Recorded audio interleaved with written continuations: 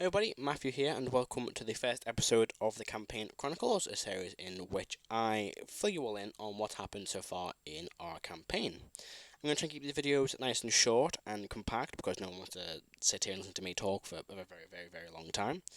So let's just jump straight in. Our adventure begins in the southern plains of Vaddenheim, as you can see here on the screen, if I can find the old map, an area of flat grasslands and forests. The party consists of Caro, a silver dragonborn paladin, Molt, a human sorcerer, Harris, a Kalashtar sorcerer, Erdan, a Fairball cleric, and Snek, a lizardfolk barbarian. The group are travelling with a merchant caravan when they are ambushed late at night. Our characters are attacked by a group of orcs who become known as the Bloody Horned Orcs, who kill, pillage, and capture the people and supplies within the caravan. The group are able to escape and even kill a few of the orcs, but are not able to protect or stop the other survivors from being kidnapped or taken. The group flee to a nearby village known as Woodpine, arriving just as the sun begins to rise. The group take refuge in the One Key Stool Inn, meeting Yenna, the innkeep, and his young assistant Leah, a young human girl with strange starry blue eyes. Yenna provides the group with some food and some water and tells them they should speak to the village marshal, Marshal Bliss, the leader of the local militia. The party make their way to his office and inform him of the attack when they hear a bit of a commotion outside. Stepping back out into the village, they see a small group of orcs, one going by the name of Orgath, demanding to speak with whoever is in charge. Marshal Bliss, who by this point Caro has realised is some form of ex-military, ex-Vanheim army, speaks with Orgath, who gives the town 3 days to send its valuables, supplies, and 8 people to the nearby Bloody Horn Orc camp. Otherwise, they will attack the village, leaving no survivors. The villagers refuse and instead decide to stand and fight against the orcs. Marshal Bliss asks the group to help and to head to a nearby abandoned military fort that hasn't been used for about 30 years. It's roughly a half a day's journey south, and if they are quick enough, they should be able to make it there and back before the end of the day. The party agree and begin their journey towards the fort. As they leave, they are joined by a warforged known as Bits. He has been staying in the village for a few days while on a quest to find his master and wanted to help the party. The party, with the new Warforged companion, make their way to the fort. Along the way, they encounter a flame skull, and after it breaks Erdan's leg with a fireball, they are able to defeat it. They arrive shortly after at the old abandoned fort, which has long since fallen into disrepair. As they approach, they see it's haunted by several ghosts and spectres. The group fight their way into the fort and find the weapons and supplies they were looking for, and decide to head back to the village of Woodpine instead of exploring the fort fully, thinking they were not up for the task. The group journey back to Woodpine and encounter the same flame skull, this time defeating it and destroying it permanently. The party return to Woodpine and begin helping fortify the town. Caro and Marshal Bliss help train the villagers to fight, while Erdan brews some minor potions, and the rest of the party help barricade and build fortifications and defences. Reinforcements from the local town of Greyspire, asked for by Marshal Bliss, arrive just a few hours before the orcs begin their attack. The Bloody Horn orcs arrive, led by Orgath.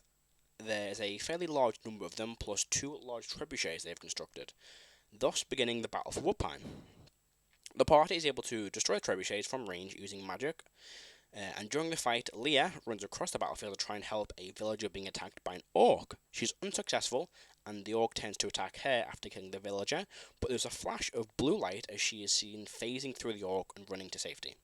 The party kills Orgath and the rest of the orcs, ending the attack. In the aftermath of the battle, the villagers decide it was no longer safe in Woodpine and they want to travel to the town of Greyspire in case of a retaliation strike by the orcs with a much larger force. The group travel with the villagers to the town of Greyspire. When they arrive, they explore the town for a little while, finding the local tavern, the famous Egg, the local wizard tower, and the Grey Spire, a large grey stone spire that protrudes from the ground. The group, intrigued by the Grey Spire, speak with the local mage Tharos Gris, an old human wizard, who tells them it's a strange magical spire he knows very little about, and has dedicated the latter part of his life to researching. He also offers Molt some help by investigating a fragment of a wand Molt has in his possession. Tharos determines that it is a fragment of the Wand of Arcandum, an incredibly powerful artifact that should be kept secret.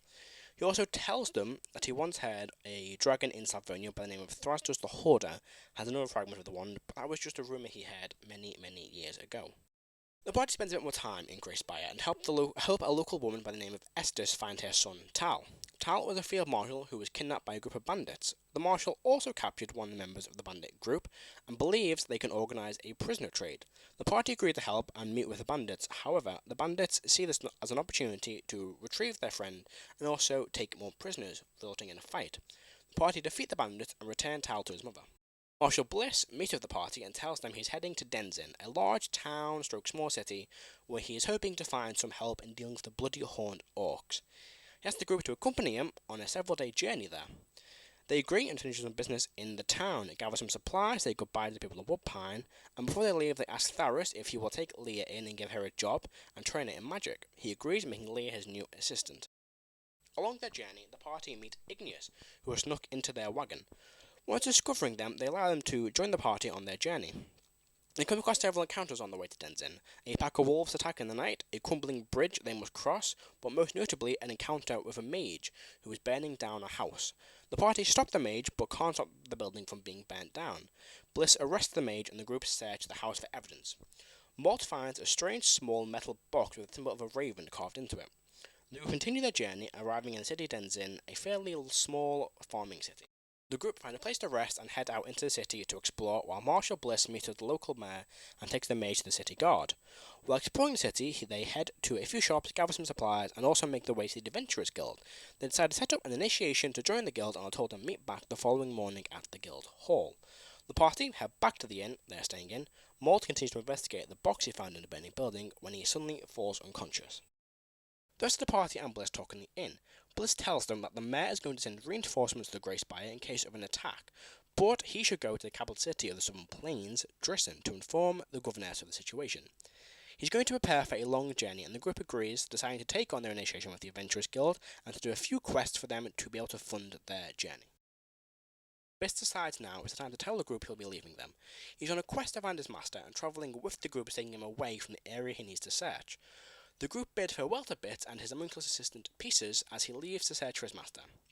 Whilst this is happening, Malt wakes up in a dilapidated building sitting at a table. On the table is the small metallic box marked with the symbol of a raven. Opposite is a bald human man wearing a cloak made from raven feathers. And with that, we conclude the first 5 sessions of Sit Down Rolling.